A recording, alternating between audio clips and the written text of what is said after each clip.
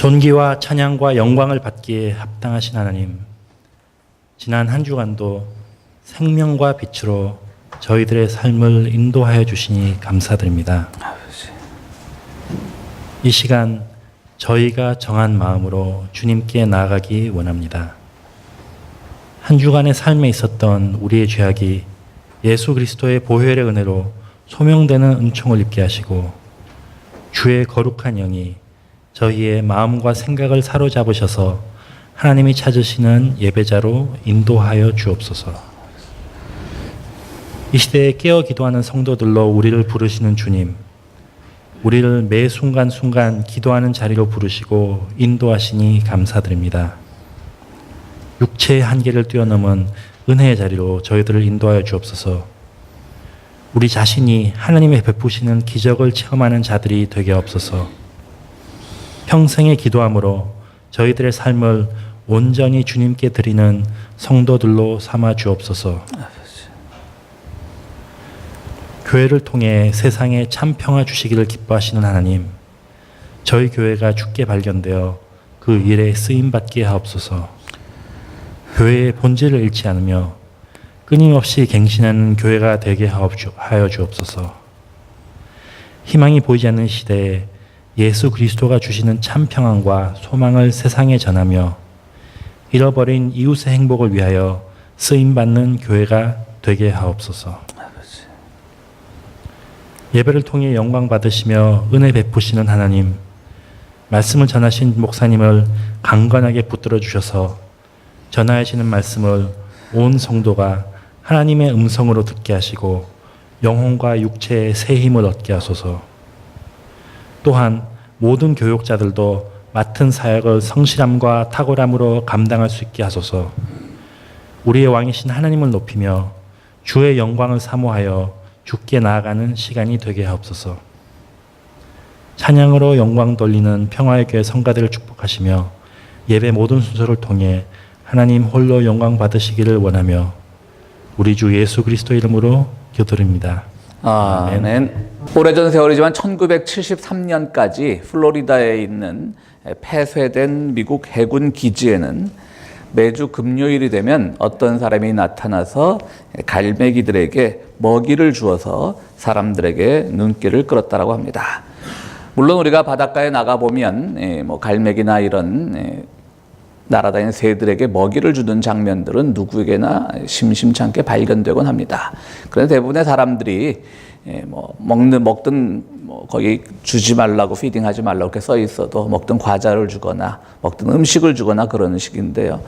이 플로리다 그 폐쇄된 해군 기지에 나온 사람은 관광지도 아닌 곳에 지금은 을씨년스러운 그 해군 기지에 와서 매주 금요일 날, 그것도 자기가 돈을 직접 들여서 싱싱한 새우를 사다가 갈매기들한테 먹이고 있었기 때문에 사람들의 시선을 끌 수밖에 없었던 것입니다.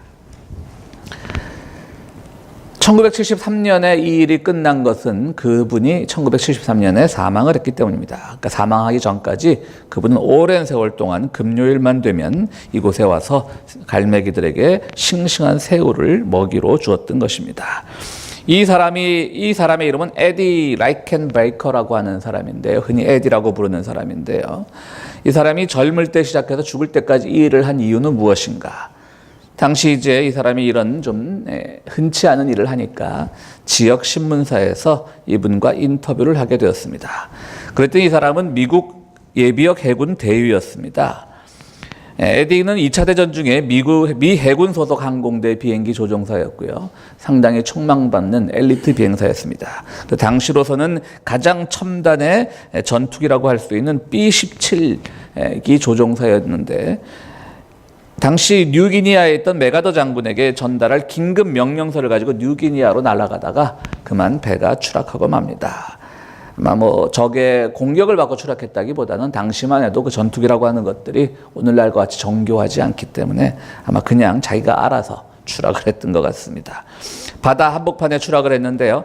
당시 동승했던 이제 다른 비행사와 2명이서 겨우 몇 가지 비행기에서 떨어져 나온 몇 가지 물품으로 뗏목을 만들어서 바다에서 연명을 하게 되었습니다.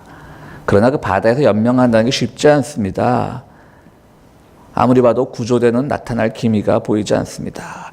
뜨거운 햇빛 때문에 몸에 화상은 입었고요. 갈증을 참을 수 없어서 바닷물을 마셔보았지만 갈증은 더해질 뿐이었습니다. 굶주림 속에서 무려 8일이 지났고요. 이제 더 이상은 버틸 기력이 없었습니다. 에디 대위는 동료와 함께 이제 상어와 같은 그런 무서운 동물들이 공격을 해도 그냥 우리가 더 이상 저항하지 말고 그래도 죽자. 이제 우리에게도 지칠 대로 지쳤는데 상어가 와서 우리를 잡아먹으려고 한다면 뭐 어떻게 저항을 하겠느냐. 그냥 죽자. 그래도 무섭잖아요. 그래서 둘이서 손을 꼭 잡고 뗏목 위에서 예배를 드리면서 기도와 찬송을 했습니다. 하나님 아버지, 우리에게 맡겨진 일을 다 하지 못한 것을 용서해 주시고 우리 영혼을 구원해 주십시오.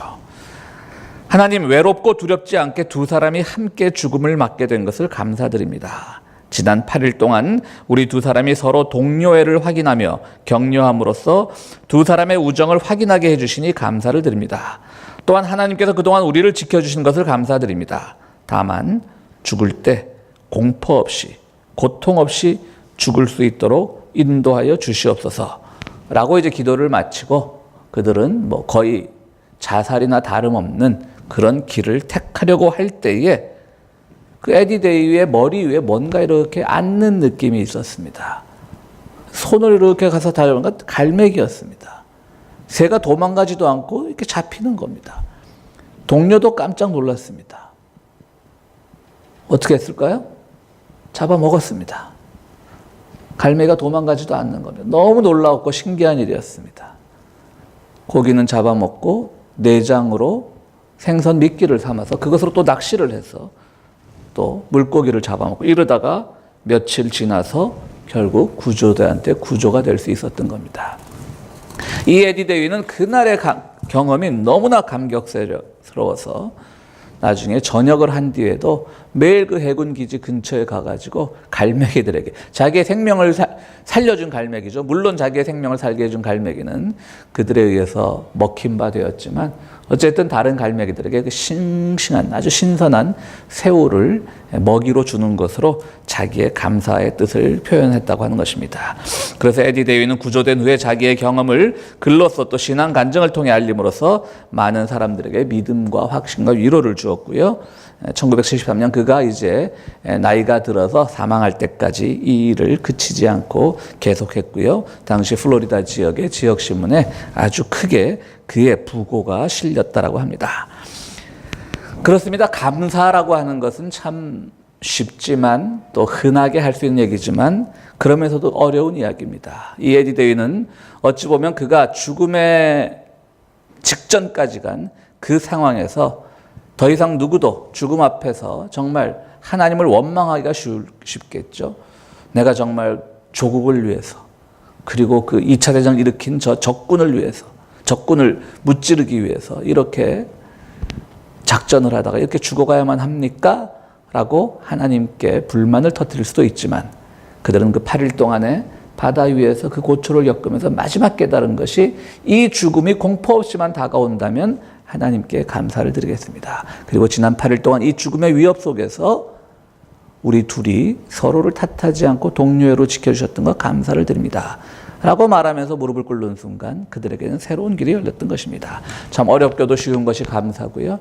우리는 삶의 조건 속에서 우리의 조건이 너무나 많이 채워질 때 감사하는 경향이 있는데요. 언젠가도 제가 말씀드렸지만 한국교회 간증들은 대부분 자기의 성공 이야기에 맞춰져 있습니다.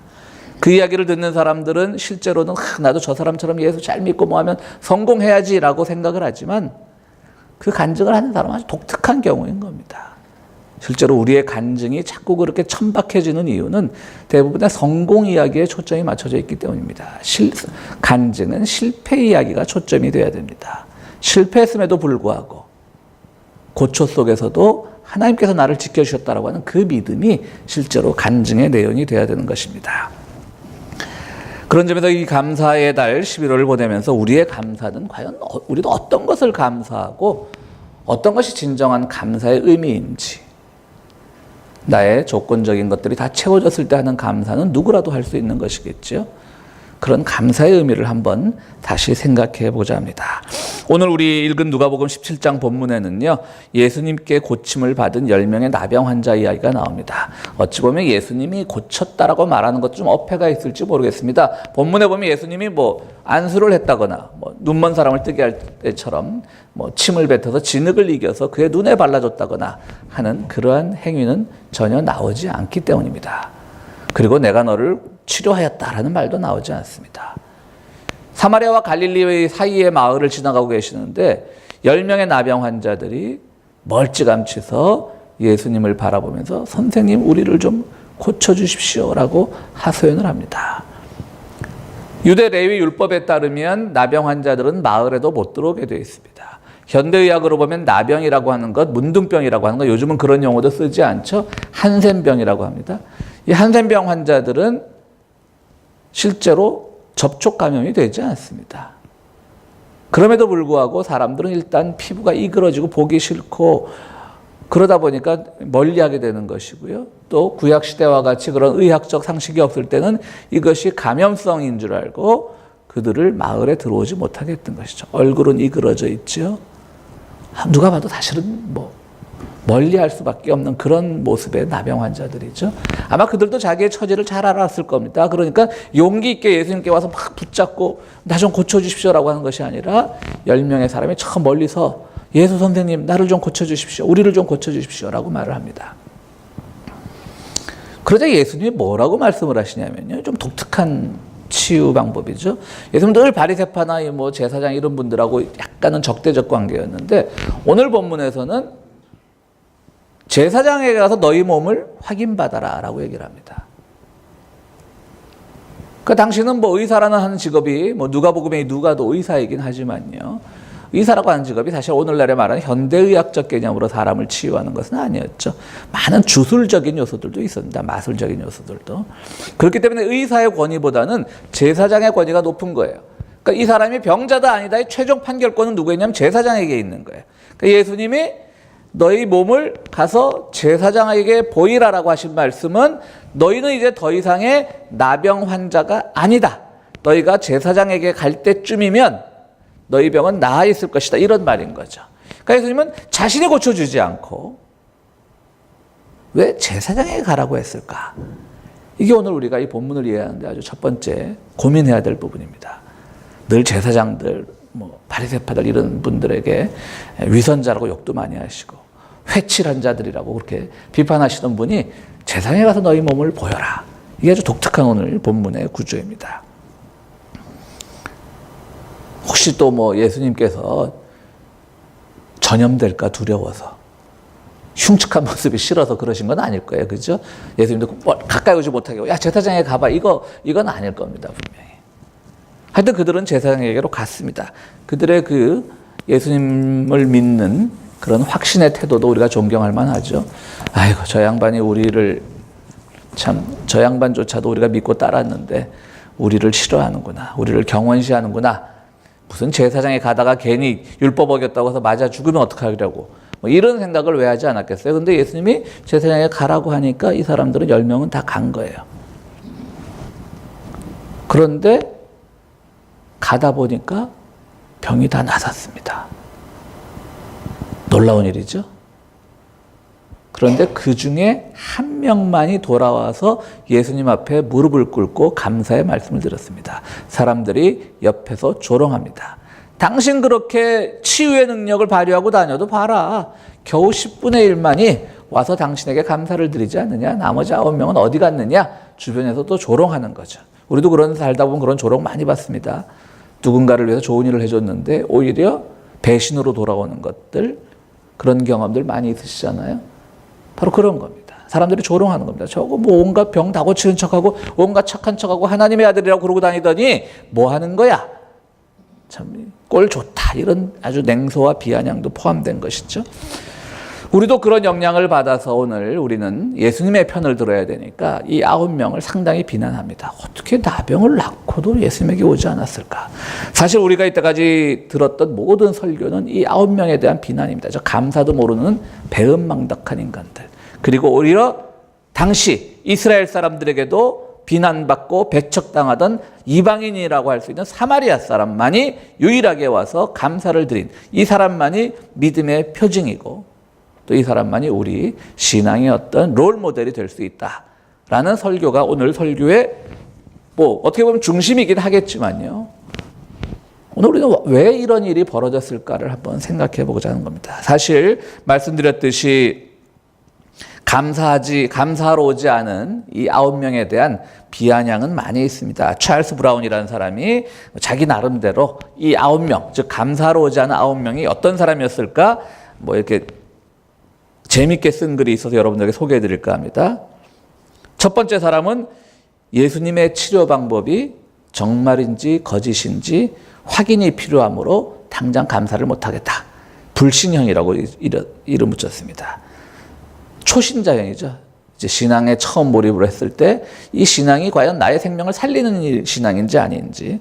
또 두 번째로는 병이 나은 상태가 며칠이나 계속될 것인가 확인해야 되므로 결과형입니다.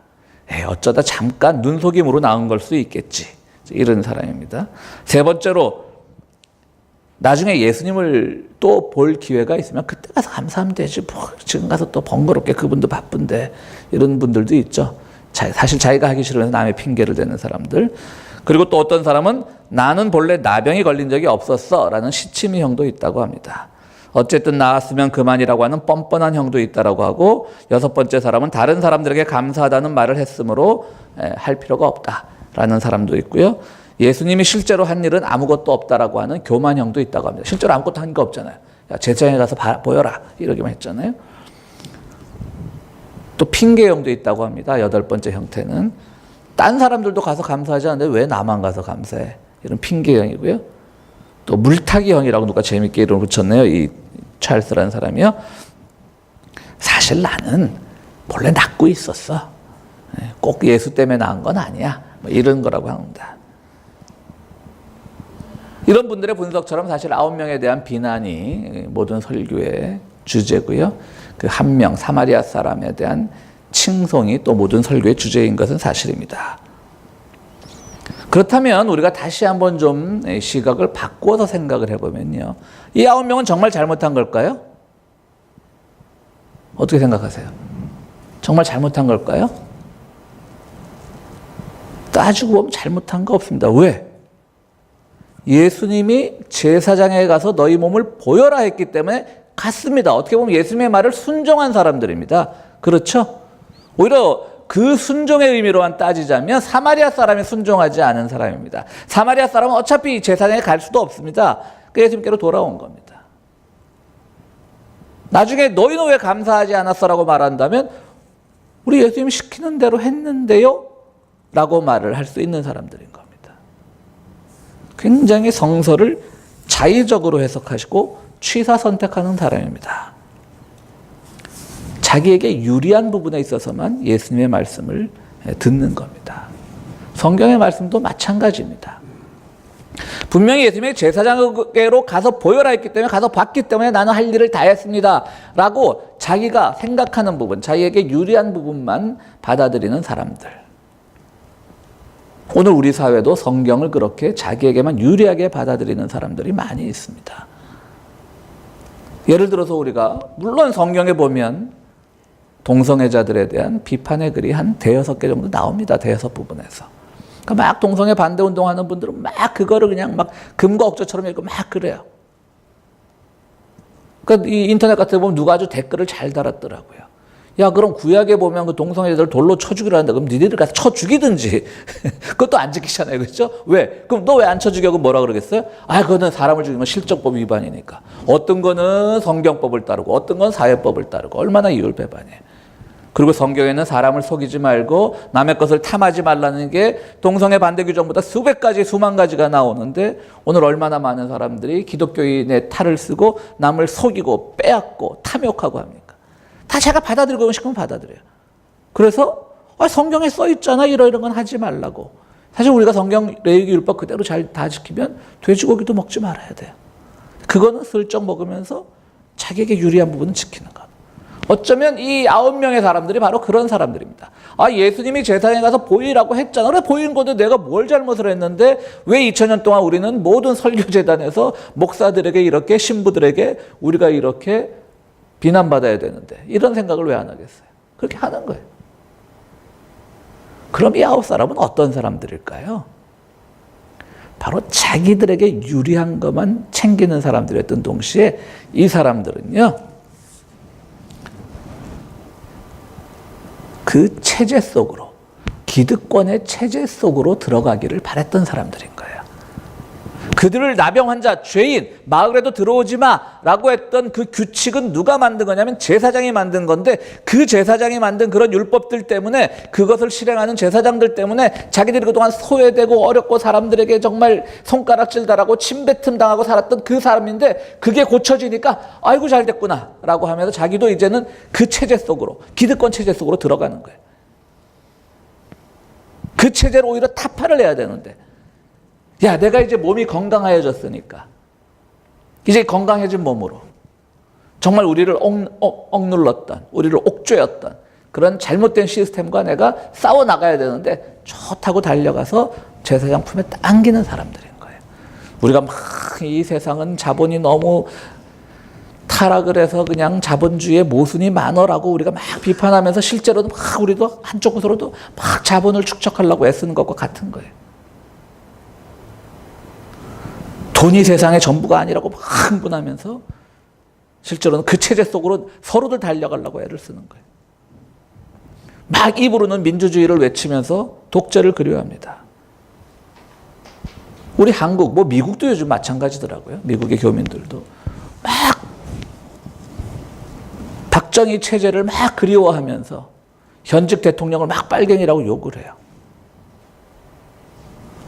그 현직 대통령을 빨갱이라고 욕하는 사람들이 가장 누구로부터 혜택을 받았어요? 자기의 피를 흘리고 젊음을 바쳐서 민주주의를 이룩한 사람들 덕분에 현직 대통령을 빨갱이라고 욕할 수 있는 거예요. 그분들한테 고맙다 그래야 돼요. 얼만큼 언론의 자유가 있습니까? 그런데 실제로 그 자유를 누리는 사람들이 그리워하는 세상은 바로 그런 말 했다가 쥐도 새도 모르게 죽임을 당했던 독재체제를 그리워하는 이 모순인 거예요. 오늘 이 9명에 감사하지 않은 사람은 뭐냐면요, 바로 이 구체제로 편입을 하려는 사람이에요. 자기를 억눌렀던 그 체제로, 자기를 못 살게 했던 그 체제로. 오늘 우리의 진정한 감사란 뭐냐면, 우리 사회에서 일어나는 모든 잘못된 왜곡된 체제 속에서 우리가 정말 그 체제에 예속되지 않고도 잘 살아갈 수 있음을 예수님 앞에서 인정하는 것. 그것이 진정한 감사라고 하는 겁니다. 사마리아 사람만이 바로 이 체제의 문제점을 알았기 때문에. 사마리아 사람이 어떤 사람입니까? 아시리아가 북이스라엘을 공격을 했을 때 민족 말살 정책을 쓰려고 이스라엘 사람들이 워낙 율법적으로 막 이방인들하고 통혼하고 이런 거를 법으로 금지를 하고 그러니까 그냥 강제적으로 아시리아 사람들하고 이스라엘 사람들하고 강제적으로 결혼을 시켜서 나온 그 혼혈들이 사마리아 사람들이죠. 어떻게 보면 혼혈도 아니고 중동 사람들 다 비슷비슷하게 생겼는데 뭐 동서양 사람들이 만난 것도 아니고요. 그 사마리아 사람들이 근데 어떻게 보면 한쪽은 이스라엘 핀데도 말이죠. 수천 년 동안 그렇게 멸시와 모멸을 당했던 거예요. 얼마나 이게 모순입니까? 그리고 왜 그러면 그 이방인이라고 부르는 사마리아 사람이 탄생했습니까? 그들의 나라가 지켜주지 못했기 때문인 거예요.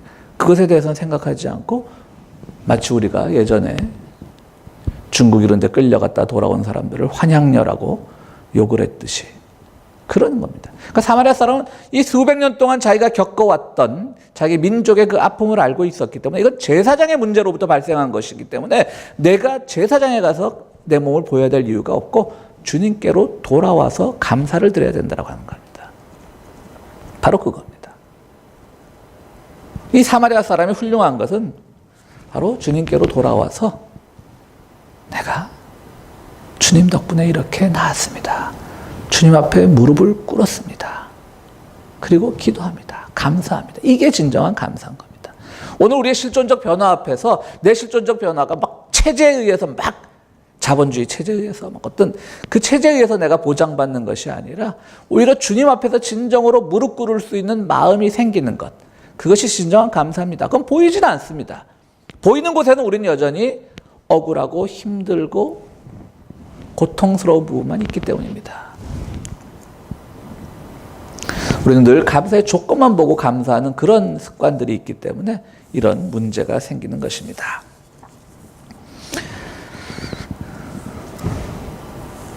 옛날 그 사막 같은 데서 이제 수행을 하던 그 수도자들의 우화 중에 이런 이야기가 하나 있습니다. 사막 한복판에 큰 나무가 한 그루 있었는데요. 그 나무 곁에는 시원한 샘물이 솟아나고 있어서 여행자들이 나무 그늘에서 쉬면서 샘물로 목을 죽이곤 했습니다. 그런데 한 약삭 빠른 사람이 와서 그 샘물 옆에 땅을 사가지고 샘물 주변의 땅을 다 사서 샘물을 자기 소유로 만들어 버렸습니다. 그리고 샘물 장사를 시작했습니다. 그 샘물을 더위에 지친 사막 여행자들에게 팔았습니다. 많은 돈을 벌었습니다. 봉이 김선달 대동강물 팔아먹는 것 같죠? 어느 날 아침 이 탐욕스러운 주인이 일어나서 보니까 샘물 옆 나무에 잎사귀에 이슬이 맺혀 있는 겁니다. 이 샘물 주인은 그거조차도 아까웠던 겁니다. 야, 저 나무가 저 공짜로 내 물을 뺏어 먹고 있구나. 그 이슬이 아까웠던 거예요. 그래서 샘물 주인은 자신의 돈벌이가 되기 위해서, 돈벌이를 더 늘리기 위해서 그 나무를 베어버렸습니다. 저 공짜로 내 물만 축내는 저 나무 나쁜 녀석 그러면서. 그런데 이 나무를 베버리니까 샘물도 그만 말라버리고 말았습니다. 물과 나무는 뗄래야 뗄 수 없는 관계인데 그것을 모르고 나무에게 감사하는 마음이 없이 자신의 욕심 때문에 물 몇 방울이 아까워서 감사하지 않게 되었고 그 인생은 실패한 인생이 되어버렸습니다. 감사라는 것은 바로 그러한 것입니다. 우리에게 보이는 것이 아닙니다. 우리에게 보이는 것은 오히려 우리로 하여금 그 사회, 우리의 보이는 것에 자꾸 우리를 몰아붙입니다. 그것에 포함되어야만 너희가 살 수 있어. 너희가 제사장으로 돼야만 살 수 있어. 율법을 잘 지켜야만 살 수 있어. 그것 때문에 오히려 피해를 받아놓고 그것 때문에 오히려 그들의 삶이 그동안 그렇게 팍팍해졌음에도 불구하고 자신의 처지가 바뀌어버리니까 내가 언제 그랬냐는 듯이 서로들 달려가서 제사장에게 막 달려가서 나 이제 당신들 사회에 편입시켜줘요. 이제 당신들 사회에서 살고 싶어요. 바로 그 사회에 소외된 사람들을 위해서 애썼던 그 주님을 향해서 돌아가고 싶은 사람은 사마리아 사람 하나밖에 없었던 것입니다. 우리가 굳이 그 사마리아 사람을 막 훌륭하게 칭송하지 않아도 정말 그 사람은 그 체제 속에서 그것이 무엇이 잘못인가 깨달은 것 하나만으로도 그는 나머지 9명보다 훨씬 더 지혜로운 사람이라고 할 수가 있는 것입니다. 우리에게 있어서 하나님께서 베푸신 것은 보이지 않는 것입니다. 어쩌면 보이는 것은 우리를 더 악하게 만들지도 모릅니다. 이 탐욕스러운 샘물의 주인처럼 나무가 실제로 그것이 수도꼭지처럼 물을 내뿜지 않으니까 그것으로 인해서 물이 나온다는 생각은 전혀 하지 못하고 그는 이 나무를 베어버렸습니다. 오늘 우리의 삶 속에서 우리보다 못한 이웃들, 그 이웃들로부터 우리가 감사의 조건들을 발견할 수 있어야 합니다. 내가 저 사람보다 나아서 감사한 것이 아니라 바로 그들이 있음으로 인해서 내 자신이 어떻게 세상을 살아야 될지 다시 한번 고민하는 것이고 오히려 나에게 콸콸콸콸 수도꼭지에 물이 쏟아지듯이 황금알을 낳는 거위처럼 황금이 쏟아지듯이 눈에 보이는 것들은 오히려 나에게 어떠한 도움도 주지 못한다는 것. 그래서 오히려 나에게 감사의 조건을 뺏어간다라고 하는 것. 진정한 감사란 이처럼 눈에 보이지 않는 것을 감사함으로 있는 듯 없는 듯 하면서 나를 인도하시는 그 성령의 능력을 감사하면서 그것 때문에 오늘 이 사마리아 사람처럼 예수님 앞에 무릎을 꿇는 그것이 진정한 감사인 겁니다. 주님, 내가 이럼에도 불구하고 주님께 감사할 수 있습니다. 무릎을 꿇는 겁니다. 값비싼 향유를 부은 여인이 정말 그 아까운 향유를 낭비하다시피 한 여인이 주님 앞에 무릎을 꿇고 자기의 죄를 토해냈던 것처럼 가늠한 여인이 자신의 무릎을 꿇고 토해냈던 것처럼 오늘 우리는 진정한 감사란 주님 앞에 내 인생이 이렇게 실존이 변화가 되었습니다. 라고 고백하는 것. 내가 이만큼 채워졌습니다. 그로 인해 내가 나의 신분이 한 단계 더 상승했습니다. 내가 더 넓은, 더 화려한 공동체에 소속이 됐습니다. 라고 하는 것이 아니라 오히려 주님을 믿는 믿음으로 말미암아 내 실존의 변화가 왔습니다. 내가 새로운 결단을 하게 됐습니다. 잘 보이지는 않습니다. 그러나 주님이 그것을 해주신 것을 내가 기억합니다. 라고 말하는 것이 진정한 감사일 것입니다. 사랑하는 평화의 교회 성도 여러분, 그렇습니다. 우리가 정말 삶이 더욱더 복되고 삶이 더욱더 아름다워지기 위해서는 우리 주님으로 말미암아 우리의 삶이 변화되고 또 우리 실존이 새로운 깨달음을 얻는 것이야말로 그것이 진정한 감사인 것입니다. 올 한 해 정말 우리는 주님 앞에 무릎을 꿇으면서 내 실존이 어떻게 변화되었었는지 어떤 사건이 있었을까요? 우리가 이 감사의 달을 보내면서 진정한 감사란 삶의 조건들이 아니라 보이지 않지만 정말 주님 앞에 찬양 드릴 수 있는 것, 무릎 꿇을 수 있는 것, 내 실존의 변화를 경험할 수 있는 것, 그것이 진정한 감사라는 것을 깨닫고 이 계절 정말 주님 앞에서 감사의 의미를 다시 한번 생각해보는 우리 성도들이 되시기를 간절히 바랍니다. 우리 함께 기도하시겠습니다.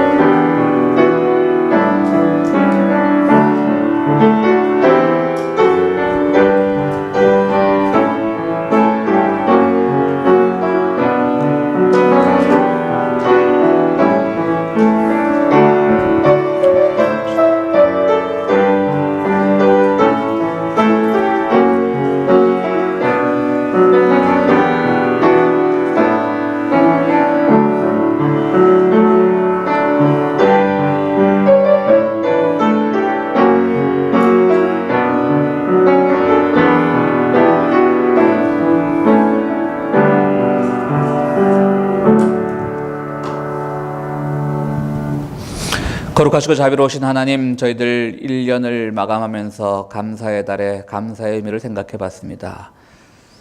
물론 지난 한 해 동안 우리 눈에 보이는 삶의 조건들을 주님께서 좋은 방향으로 변화시켜줬던 것, 그 역시 감사합니다. 그러나 주님께서 늘 우리를 향하여 걱정하시는 것은 우리의 감사가 그런 외형적인 것, 조건적인 것에만 머무는 것이 아닐까 고민하는 것, 주님의 고민을 저희 깨닫기를 원합니다. 보이지 않지만 우리 삶 자체가 변화된 것, 우리의 생각이 변화된 것, 우리의 실존이 변화된 것, 그리고 여전히 주님께서 누구를 위하여 이 세상에 오셨는가를 고민하는 것, 그것이 진정한 감사의 의미라는 것을 저희 깨닫습니다. 주님, 감사를 드립니다. 우리 삶에 외형적인 물질적인 조건들을 채워주셔서 저희가 이렇게 교회를 다니고 귀한 헌금을 드립니다. 아버지 하나님, 헌금 드리는 저희 손길들 늘 부족하고 부끄럽지만 주님 저희들 위해 축복하여 주시고 드리는 손길마다 주의 은총을 더하여 주시옵소서. 예수 그리스도 이름으로 기도드리옵나이다. 아멘.